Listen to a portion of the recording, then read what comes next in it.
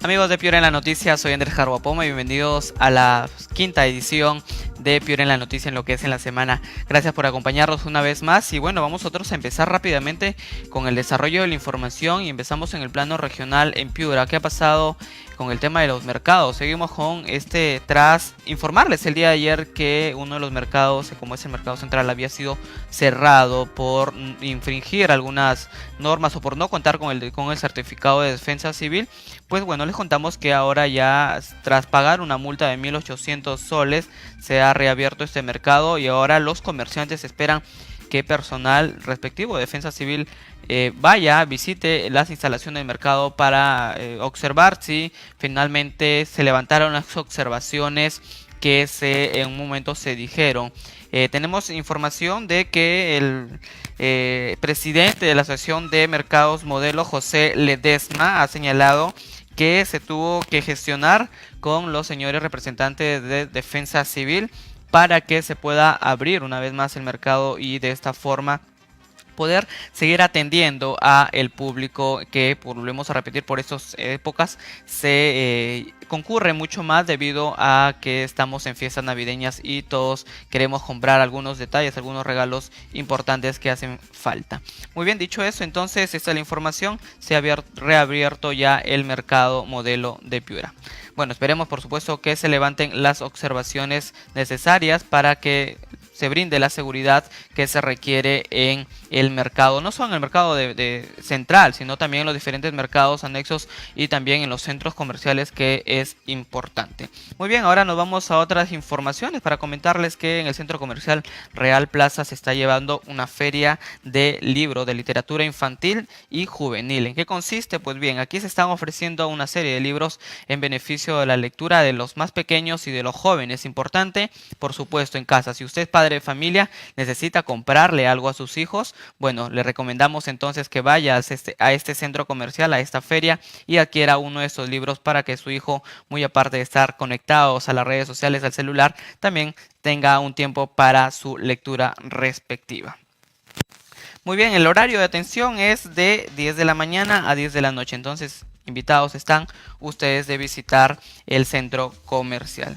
Ahora nos vamos a un tema importante y que es en el plano nacional sobre una ley que ha venido impulsada desde el Congreso de la República y esta vez viene a ser noticia, mucho que decir debido al financiamiento ilegal de los partidos políticos. ¿Qué pasó ahí? Pues ayer se aprobó por mayoría de votos que se testifique o se regule el tema del financiamiento ilegal de los partidos políticos. Pues lo que señala en síntesis es que esta norma impide que los partidos políticos se les investigue como organizaciones criminales, teniendo como antecedentes, por ejemplo, que hoy se está investigando a Ollanta Humala del partido de Gana Perú. En ese entonces estamos también teniendo investigada a la lideresa de Fuerza Popular, Keiko Fujimori, y precisamente por los aportes ilícitos que vendrían y que han llegado y han sido utilizados, por supuesto, en campaña política.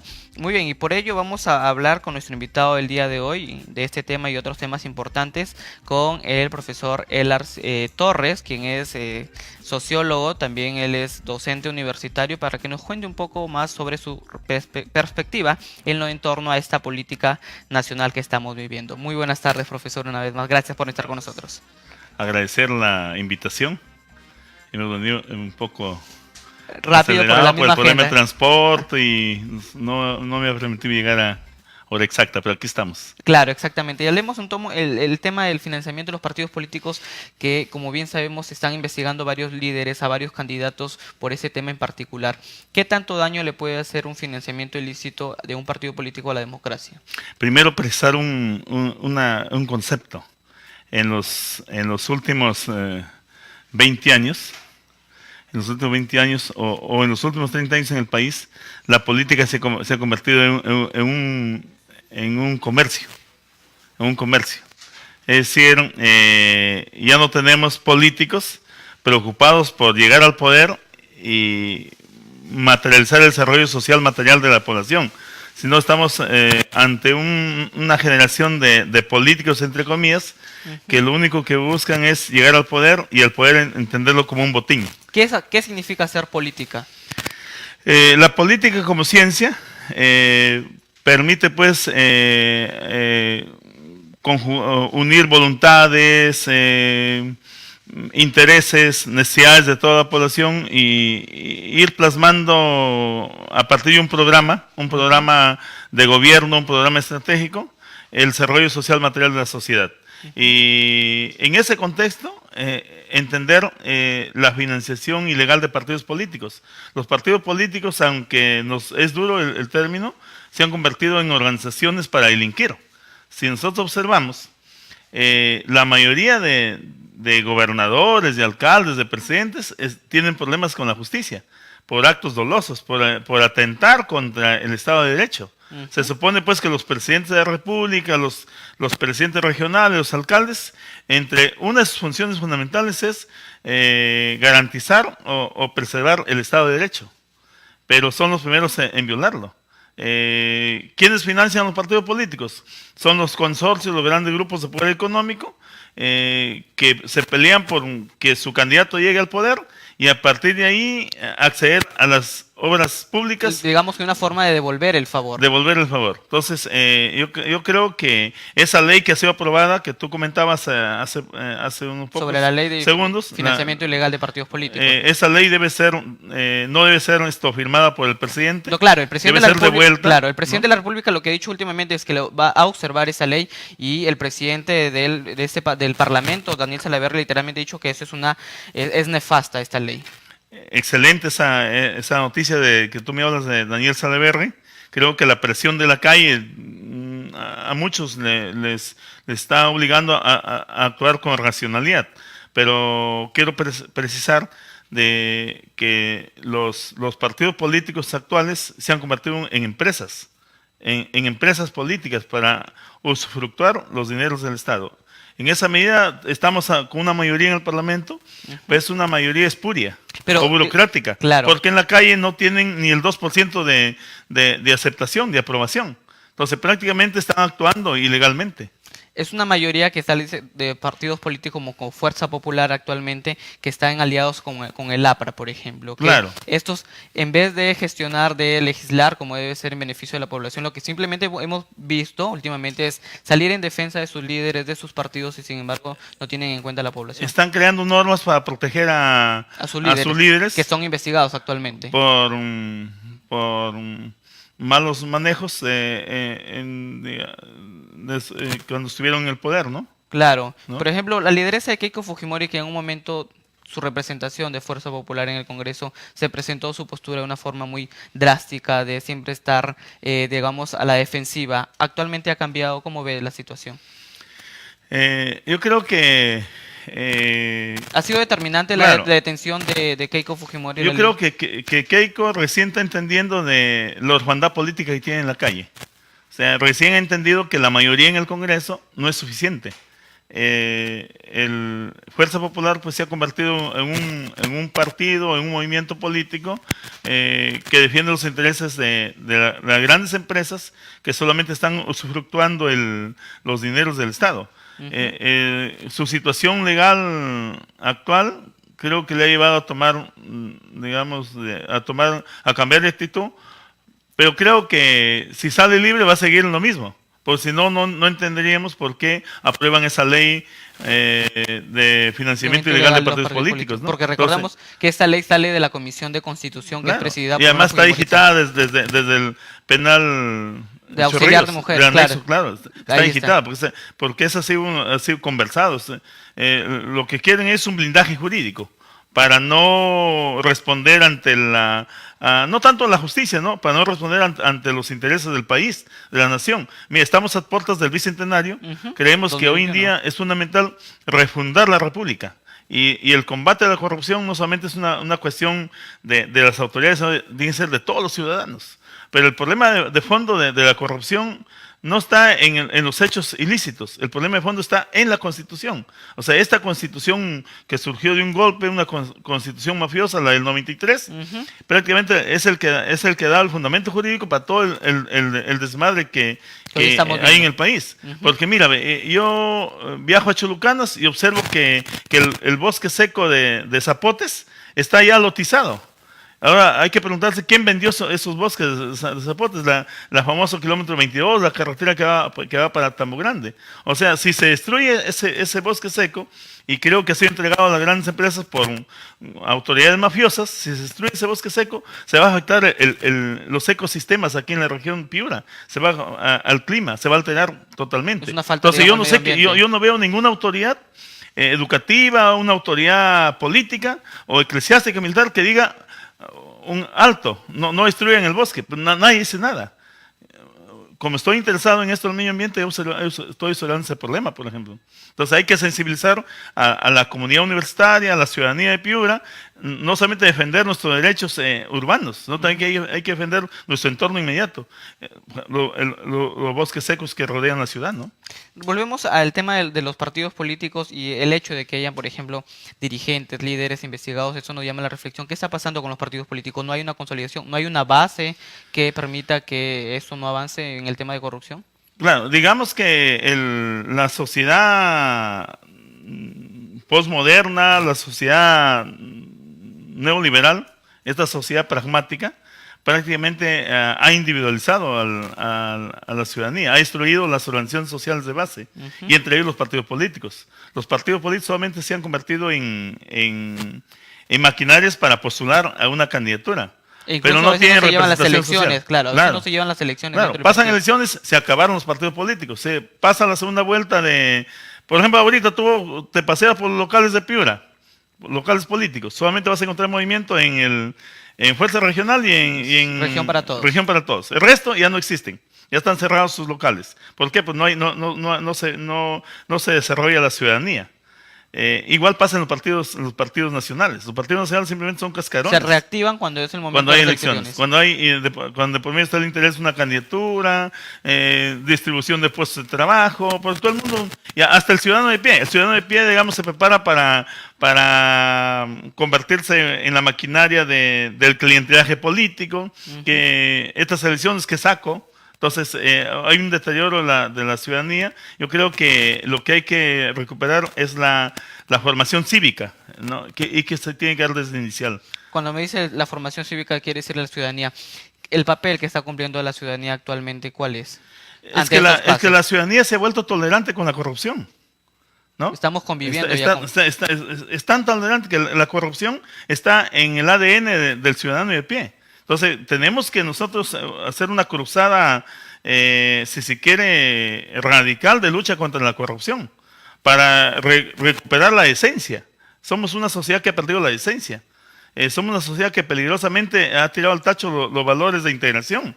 El pragmatismo se ha puesto por todos lados, se ha impuesto. Entonces, en esa medida, la formación cívica tiene que iniciarse con fuerza desde el nivel inicial, primaria, secundaria, en las instituciones públicas. Somos muy permisibles con la corrupción. La corrupción se ha convertido en un problema, digamos, transversal.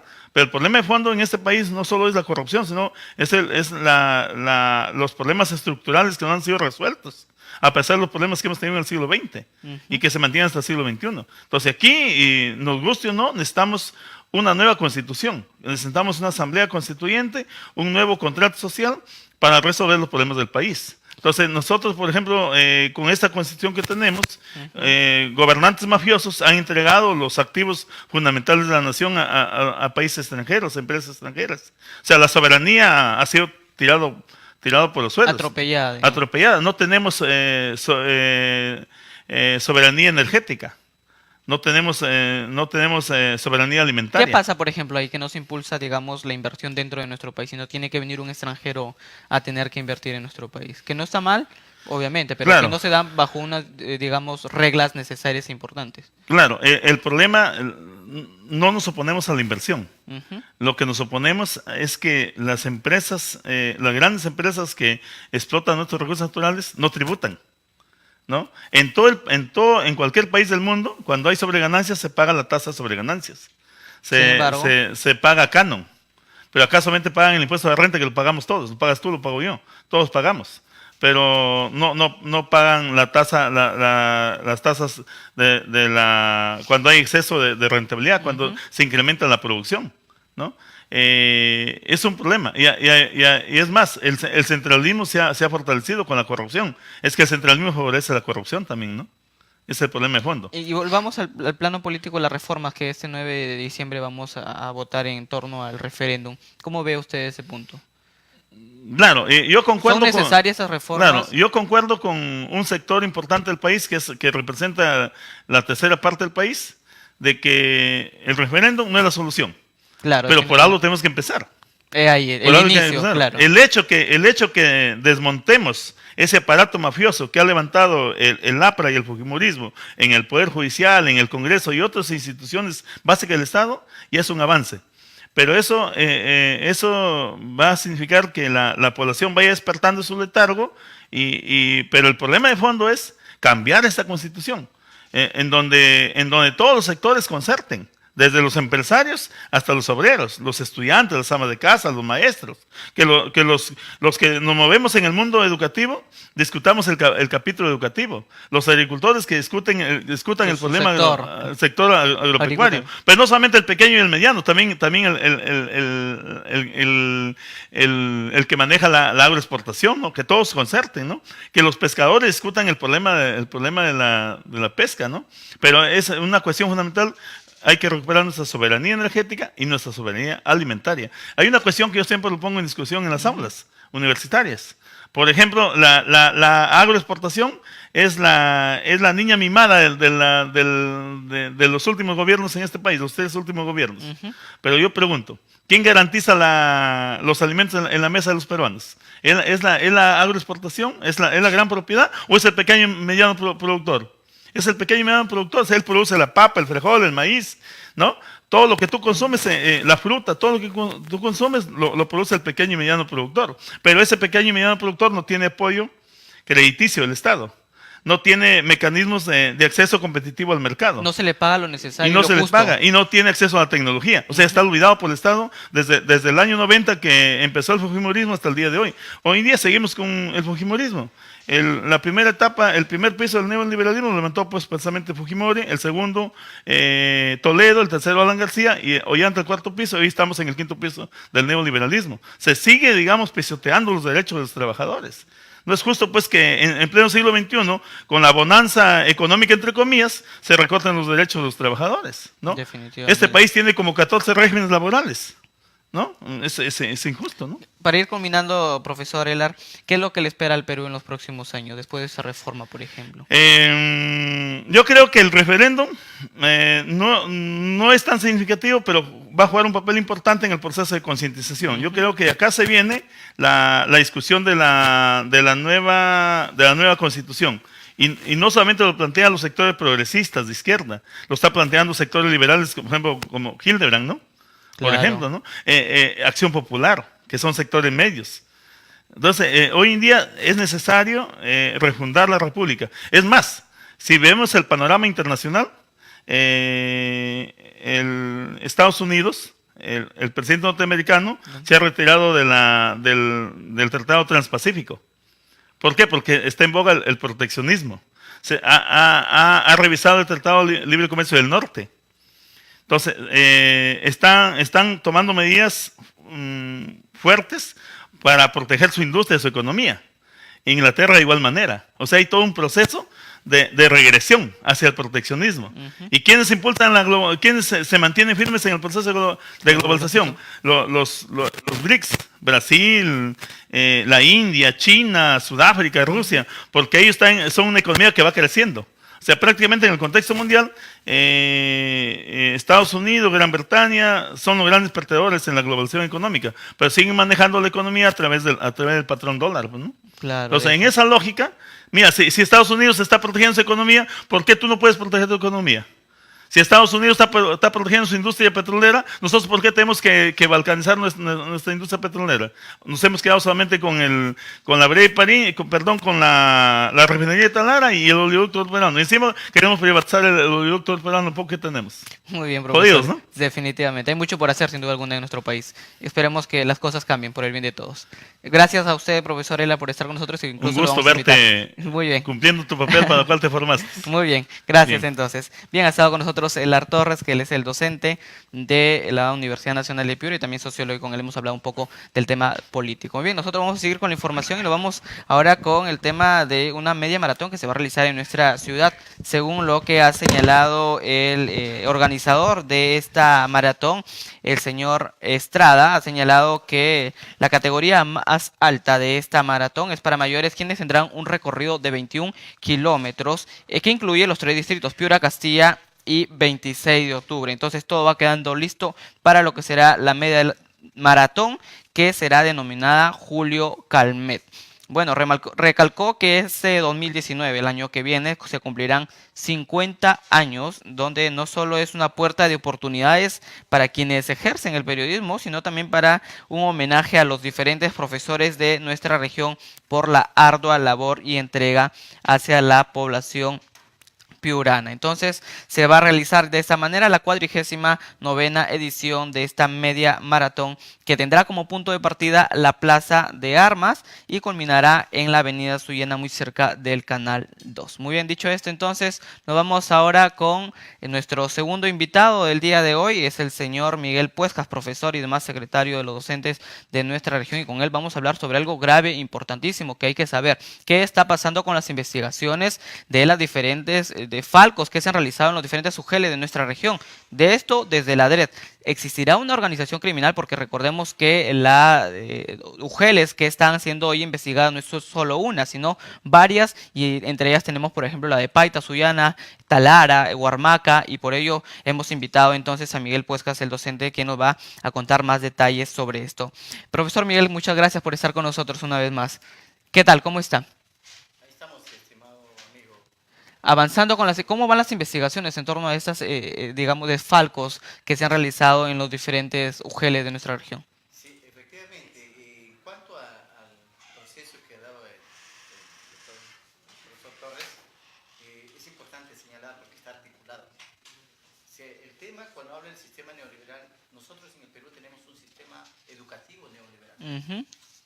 Y ese sistema, su principal característica, de muy cierto, es privatización de todo el aparato estatal. Es por eso las leyes que hace el Congreso, que atentan contra los derechos laborales del maestro y contra la educación, de la calidad educativa de ellos. Y además que el sector, claro, relacionados en actos de corrupción, exministro de Educación, relacionados, como el señor Saavedra, ¿no? Y eso está articulado a través de la ley 29944, que sustenta la legalidad de estos bandas delincuenciales que tenemos en las unidades ejecutoras, en las UGELes, en la Dirección Regional de Educación y en muchos lugares que esta ley ha permitido por ser permisible. Ahorita todo el maestro que están postulando a nombramientos se están quejando, porque una de las dos fases que plantea entrevista personal y la clase modelo es manipulado para los intereses a quien tal vez dé más dinero, y esos son los futuros colegas. Entonces, es una realidad producto de la ley neoliberal 29944 que atentó contra todo eso. Y parte de esas estructuras de corrupción que ha traído la ley de reforma y arrastrando de diferentes gobiernos, tenemos, por ejemplo, no es nada novedoso lo que hoy se destapa con más de 80 millones de soles. No es el 2015, ni 2016, ni 2017. Aquí aclaramos, y públicamente lo invito a un debate al expresidente regional César Tris. Que por cierto no se acuerda de nada en este caso del proyecto. Cuando le conviene sufre la amnesia. Y le voy a hacer recordar, así como tengo esta citación de la fiscalía que hemos denunciado penalmente, nosotros lo denunciamos penalmente a él por 18 millones de soles. Pero tanto fue la corrupción que algunos malos congresistas que no llegaron como testigo, siendo parte de testimonio porque sabían de lo que habían hecho una malversación de fondos, el 2010 específicamente, que fue el congresista en ese entonces presidente de la Comisión de Economía, Johnny Peralta, y la señora que hasta hoy es congresista, Marisol Espinosa. Ellos dos sabían, y lo que hizo Marisol más bien quejar a la Fiscalía de la Nación por la invitación que le habían hecho de testigo. Ellos son culpables, al menos los que taparon la boca y no apoyaron a la investigación de lo que hoy, a continuar la corrupción, Ujú. Y eso se ha avanzado más. ¿Usted considera que si se hubiera empezado desde ese principio con la investigación con César Treyes Lara, nos hubiéramos evitado lo que hoy estamos viviendo? Por supuesto. Los maestros constantemente en huelgas de hambre, estábamos en la Catedral de Piura. El monseñor lo sabía. El defensor del pueblo dice ser defensor del pueblo, pero solamente aparece para contribuir a los descuentos cuando hay huelgas de los maestros. Y de ahí desaparece. ¿A dónde está el defensor del pueblo en estos momentos? ¿Qué se ha pronunciado sobre el tema de corrupción? Solamente él justifica sus grandes jugosos dineros que gana mensualmente, pero no encontramos, estamos en la huerfandad de Defensoría del Pueblo. Esa es una realidad. Entonces, en ese marco, la corrupción ha ido procesándose durante estos gobiernos de turno a nivel nacional, Ujú. desde el fujimorismo, con Toledo, con Alan, con Ollanta y hoy con el mismo Vizcarra, que tampoco se escapa, porque ellos están sujetos a una política neoliberal y la característica de la política neoliberal es traer privatización, abuso de autoridad, traer delincuencia y corrupción. Y eso es lo que estamos sufriendo los peruanos. Entonces, no es una casualidad verlo a don Alan García, Ollanta y todas las cúpulas de Toledo y Fujimori llenos de corrupción. O sea, no es un tema aislado, está articulado la corrupción de los gobernantes, porque así como ellos recibían de las empresas transnacionales, entonces esa ha ido una inclinación que hasta los mismos alcaldes, y si no que me denuncien penalmente, pues, los mismos alcaldes para ganar una licitación, tienen que darle el 10% como mínimo para que ganen las obras. Entonces, esa es una articulación de corrupción que hay. Y en educación, por desgracia, lo que hoy llaman unidades ejecutoras, Ujú. aquí nosotros oportunamente presentamos desde el 2014 la denuncia penal. ¿Contra quiénes presentó usted Administrativamente y penal, contra todos los directores de unidades ejecutoras y de UGELES. Administrativamente, para nosotros ha sido una vergüenza ¿Ya? llegar el día lunes a la Dirección Regional de Educación, a la comisión que es de OSI, ¿Ya? sobre cómo van los avances de la investigación de estos ¿Y procesos. qué le respondieron? Y lo único que me dan una resolución diciendo que han sido absueltos algunos de ellos por tema de prescripción. En el aspecto administrativo. En el tema administrativo. En el aspecto penal que En el aspecto penal, está en el transcurso de estos días, estas semanas, ha manifestado la fiscal que podría estar definiendo. ¿Quién es la fiscal encargada? La fiscal encargada de la tercera Fiscalía Anticorrupción, la doctora Bayona, donde nosotros hemos presentado, y aquí está, como usted evidencia, son más de 2.400.000 soles a través del peritaje que lo ha hecho el coronel Guzmán desde la ciudad de Lima. Ujú. Entonces, el delito está a la vista, pero lo que son ñopes y contubernios de esa corrupción son nuestros fiscales, nuestros jueces. La labor que nuestras está cumpliendo autoridades la laborales. fiscal, por ejemplo, de esta investigación, ¿cómo lo ve usted? En paso de tortuga. ¿Considera que no hay un compromiso en esta No, investigación? no hay un entonces? compromiso porque más bien nuestros testigos que hemos presentado se han regresado a Huermaca porque no dieron sus declaraciones oportunas. En Huarmaca usted me señalaba temprano cuando hablábamos sobre, hay un testigo que ha sido violentado. Y nosotros tenemos al profesor Manuel Lamadrid Torres, ex secretario general de nuestro sindicato y actual secretario de Relaciones Sindicales del Comité Regional de nosotros. Ujú. Él hace un promedio de 20 días ha sufrido definitivamente un presunto atentado, Ujú. donde en estos momentos está en el Hospital Regional de Chiclayo estado crítico. en estado grave, ya irreversible su situación de vida, y eso nos ha conllevado que la corrupción atente contra la salud y la vida de ¿Considera estos que hay derechos. una persecución de los testigos, en este caso de la corrupción de Ugeles? Es obvio, es obvio. ¿De porque dónde viene esta persecución? Eso supuestamente viene de la red de las mafias, los delincuentes, que están de años y están bien formados. Son funcionarios que han estado pasando de gobierno en gobierno. Presuntamente son funcionarios que vienen arrastrando y cambian de camiseta en el gobierno que gana. Y se apega a ambos, a todos los partidos, ahí los encuentras invirtiendo tal vez económicamente para después hacer sus situaciones ilícitas. Y eso se tiene que investigar a fondo, porque el día lunes está llegando la comisión de Huarmaca. Nos cansamos de las injusticias, no lo hemos hecho anteriormente por respeto al proceso electoral y para que no se vincule como una cuestión política, partidaria. Entonces hemos evitado, pero no hay tregua para la corrupción. El día lunes estamos en la Dirección Regional de Educación exigiendo el cambio inmediato de toda la Comisión de Procesos Administrativos de funcionarios.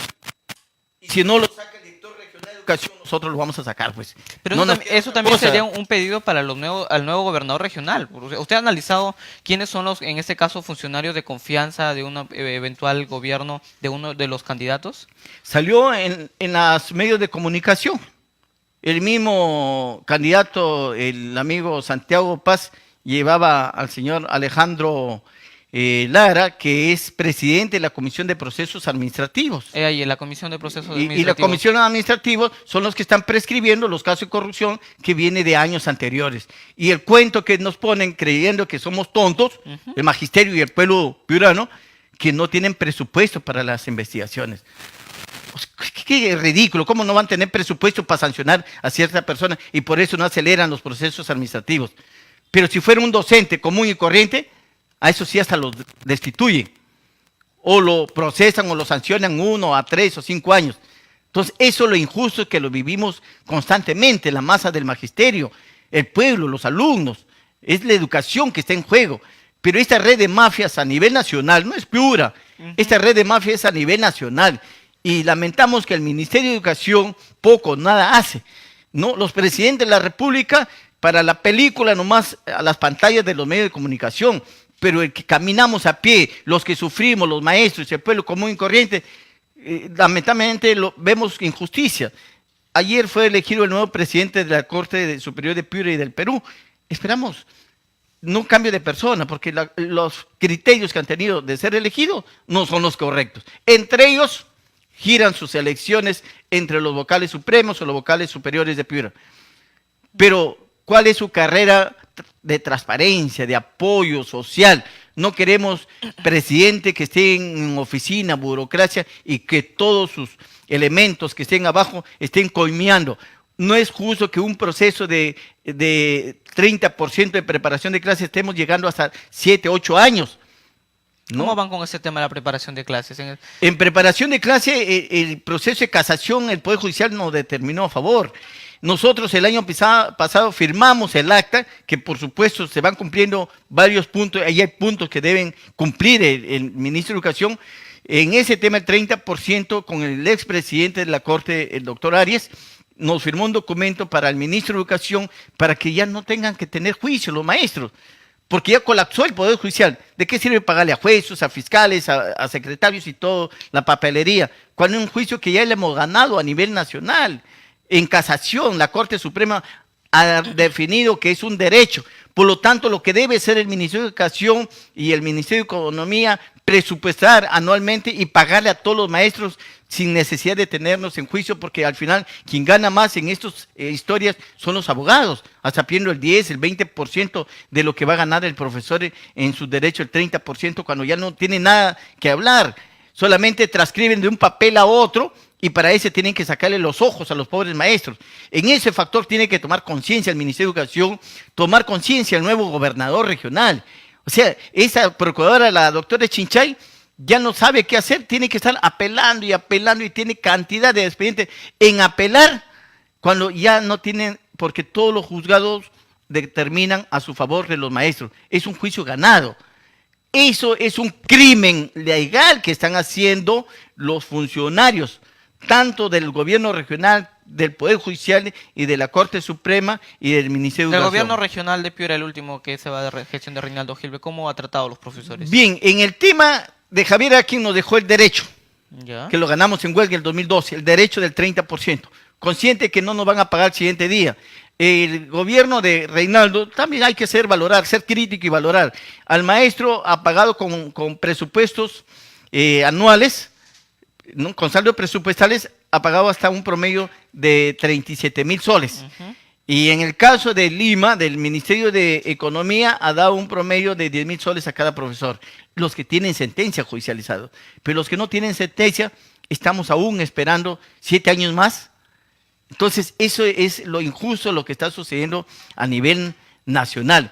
El otro factor de la problemática, al margen de la corrupción, que se han llevado muchos millones de soles, donde tenemos niños en estado crítico en la cuestión de la desnutrición crónica, no tienen a dónde sentarse y es un crimen que estén limpiando a gente que no debe limpiarse y que debe tener sanción como cualquier maestro o como cualquier ciudadano. Para ir terminando, ¿qué en el tanto tema del afectó el tema cumplimiento del corrupción? acta del Ya. año pasado, señaló en el primer punto a partir de noviembre y el 1% del UIT. Así firmó la ex ministra. El actual ministro nos está incrementando 200 soles para el 2019. No está cumpliendo. Está disponiendo 200 millones para el pago de la deuda social al 2019. 2018 no ha destinado prácticamente nada.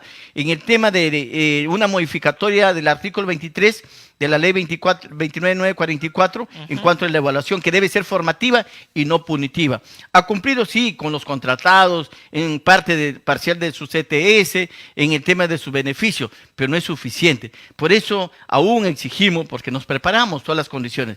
Hemos sido conscientes que ir al 2018 a una huelga, y racionalmente, a pesar que nos corresponde de acuerdo a la Constitución, pero las masas estaban totalmente desgastadas en el tema presupuestal, fueron sacrificadas en su descuento en casi todos sus sueldos y hasta hoy no se recuperan porque los bancos lo que le están haciendo es sacarle los ojos a los pobres maestros con la tasa de intereses. Entonces, en esos factores tampoco se escapa la derrama magisterial. El presidente de la República lo dijo: señores, voy a intervenir la derrama magisterial. El ministro dijo: señores, vamos a reformular el estatuto de la derrama magisterial. Pero por ahí salió la fachada también en el nivel político de Patria Roja, utilizando lo que llaman Sender Suté, a decir huelgas, paros y todo. Ahí recién van a luchar, cuando le quitan la mamadera. Entonces, eso lo contemplamos que es una traición al magisterio nacional. No podemos ir a una huelga solamente por la derrama magisterial, como lo anunciaron oportunamente esas fachadas de Patria Roja, que de izquierda o comunistas no tienen nada. Son unos explotadores más bien a los maestros. Y ganan millones de soles y sueldos que superan a veces a los 20,000 soles mensuales. Entonces, eso, el ministro le decimos: cumple, señor ministro. Le exigimos al ministro, le exigimos al presidente Vizcarra, honre su palabra. ¿O les tiene miedo? Así como hay esa fachada de malos partidos políticos, que más que todo son bandas de delincuentes, integrados por los candidatos y expresidentes, en el magisterio también existe esa corrupción. Y usted lo sabe, señor ministro, lo sabe el presidente de la República. Ese sufrido maestro que no nos están reconociendo desde los primeros días que fuimos nombrados a devolvernos nuestro dinero de la derrama magisterial. Pedimos que no solamente se intervenga, sino se investigue exhaustivamente los presuntos actos de corrupción ilícitos. Y cuando les conviene son grandes comunistas. El comunismo es justicia, transparencia. Eso es lo que nosotros marcamos la diferencia en muchas agrupaciones gremiales que por supuesto pretendieron el año pasado no solamente desaparecerme como dirigente, sino hasta asesinarnos. ¿Por qué razones? Porque eran las bandas delincuenciales articuladas en las mujeres, arrinconarme porque sabía que se le venía esto. Claro, hoy ya estamos viendo los de Huarmaca están claros, hoy nos respaldan totalmente la masa del magisterio de Huarmaca, porque ha salido a la luz quienes manejaban a esos malos dirigentes eran las bandas delincuenciales puestos como funcionarios en las unidades. Claro, sin duda alguna. Y hoy salen a decir algunos de ellos que se respeten el acta. Ellos nunca firmaron una acta. Yo firmé el acta con mis 8 secretarios provinciales y mis 65 secretarios distritales. Y esa es transparencia, esa es democracia. Ellos nunca firmaron. Hoy quiere sorprender a los medios de comunicación que se respete el acta. O sea, primero me decían traidor por firmar ese acta, ahora ahí salen diciendo que salen a las calles para cumplir el acta, cuando ellos nunca firmaron un acta. Sí, por eso, claro, en ese nivel aclaramos, no vamos a cesar nuestra lucha. El día lunes reincorporamos a la Dirección Regional de Educación a la política del diálogo con democracia, con transparencia y con paz. Que nos pongan 1,000 policías, que nos pongan 10,000. Esperemos que se llegue a un buen acuerdo. Pero esperemos que se haga justicia con el magisterio, con esos niños, claro, que no tienen dónde estudiar. No es un problema personal, porque la misma fiscal Bayona, lo digo con nombre, ya estaba presumiendo que era un problema de Miguel Puesca. No es un problema mío. Yo no les he mandado a robar. Y el ministro tampoco, ni el gobernador los ha mandado a robar. Cada uno asumimos nuestra responsabilidad personal de nuestros actos. Si han actuado con justicia, hay que valorarlo, porque también no voy a meter al mismo saco a todos. Hay excelentes funcionarios en la Dirección Regional de Educación, hay excelentes en las UGELES, pero así como hay excelentes en el robo también. Y en Muy esa bien. parte Queda hay que claro saber entonces, diferenciar. señor Miguel. Muy bien, nos gustaría seguir hablando, pero el tiempo nos ha ganado, profesor Miguel Puesas. Vamos a hacerle un seguimiento y por supuesto esperemos tenerlo en los próximos días por aquí también de vuelta. Muchas gracias. Muy bien, ha estado con nosotros el secretario de docentes de la región Piura, el profesor Miguel Puestas. Y bueno, para comunicarles que hasta aquí hemos llegado en la presente edición. Gracias por habernos acompañado. Nos reencontramos el día lunes, 1 en punto de la tarde. Chao.